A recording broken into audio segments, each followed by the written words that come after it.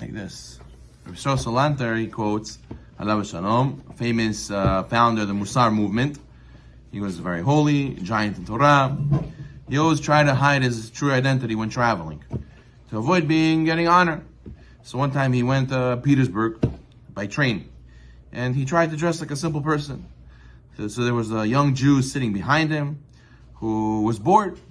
So he decided to bother this old man, he thought, and to entertain himself. So he started, when you take your tzitzis, your tzitzit, you start putting it in the guy's ear. So he tried to tickle the rabbi with like an annoying fly with his tzitzit. So the Yisrael Salanter played along, and he kept going like this, like with his hand, trying to hey, he thought it was a fly or something. So Yisrael Salanter played along, and he knew it was the kid doing it. He just acted as if he didn't know. So the young kid saw that the old man kept falling for the prank. So he kept doing it, and he went even further and tossed a burning match towards his beard. We would have called the police if we were there probably, but Yisrael put out the fire and continued learning as if nothing happened. When the train pulled into Petersburg, thousands of people were waiting at the train to greet Rabbi Yisrael Salanter. So this boy, he sees all these thousands of people, and he's like, who's this big rabbi they're all waiting for? So his question was answered when he saw who got off the train, and he saw how big of a welcome they gave to Rabbi Yisrael Salanter. So this young guy, he was shocked. He turned white. He joined the big line that they had for Rabbi Yisrael, and when it came his turn to speak to the rabbi, he went and he bent down on the floor at the rabbi's feet, crying, asking for forgiveness. And what did Rabbi Yisrael Salanter say? He said, there's nothing to ask forgiveness for. I was never insulted. So, unbelievable. You would think, okay, so that's a great tzaddik story, no?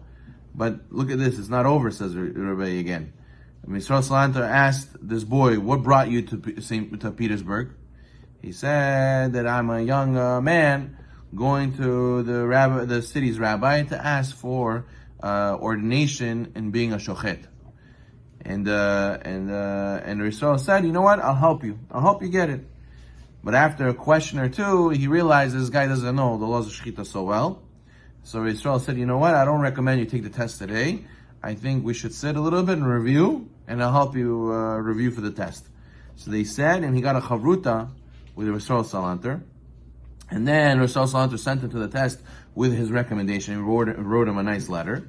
And right away, he said, this person, knows Rabbi Yisrael Salanter, and he got a recommendation from him. It's a big deal, and therefore he gave him right away a certification to be a shochet. But look at this.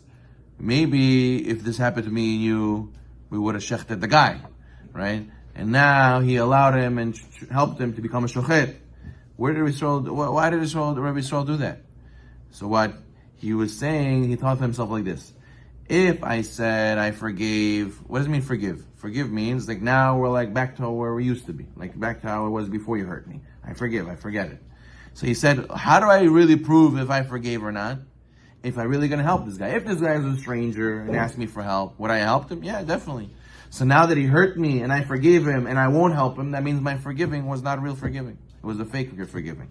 So therefore he says, I don't want to be that guy who before Rosh Hashanah says, yeah, I forgive you. And it's a lie. It's a lie. And what's the proof it's a lie? That afterwards I don't want to help the guy when he needs help. So Yisrael Salanter taught us, forgiving could be baloney. Forgiving and be willing to remove any trace of hatred in your heart, that's a real forgiving. And now we know why forgiving others is such a big deal. It's such a big segula. It's such a big zuchut to be able to get a proper judgment on Judgment Day, because it's not easy. It's not easy to really say that you don't hate the guy anymore. So forgiveness is not so easy, but you have to restore a relationship to how it was before the person hurt you. So that's an example. King Solomon already wrote, if your enemy is hungry, feed him bread. And if he's thirsty, give him water to drink. This is in Mishlei, chapter 25. So the next time you have negative feelings towards your spouse, towards your relative, towards your friend, kill them with kindness. Give them gifts, do favors for them, and this will get you going to start getting rid of those feelings of hatred inside yourself. And the more you give, the more they will love you. with a person who's hugging him. You know, he feels silly, yelling, and he said, "Listen, why don't we don't fight? I love you. It's all good. Don't worry, and don't take it personal." You see, the guy will stop yelling in a few minutes. One of the best things to do is an apology. The person who usually fights with you thinks that they have to ask you for forgiveness, but when you apologize from them first, a lot of times their anger goes away also. So therefore, a person has to know to apologize when we hurt somebody is an obligation. When to apologize when the other guy is supposed to be apologizing first, that's true greatness, and that's a zechut that goes straight to the bank, straight to Shamayim.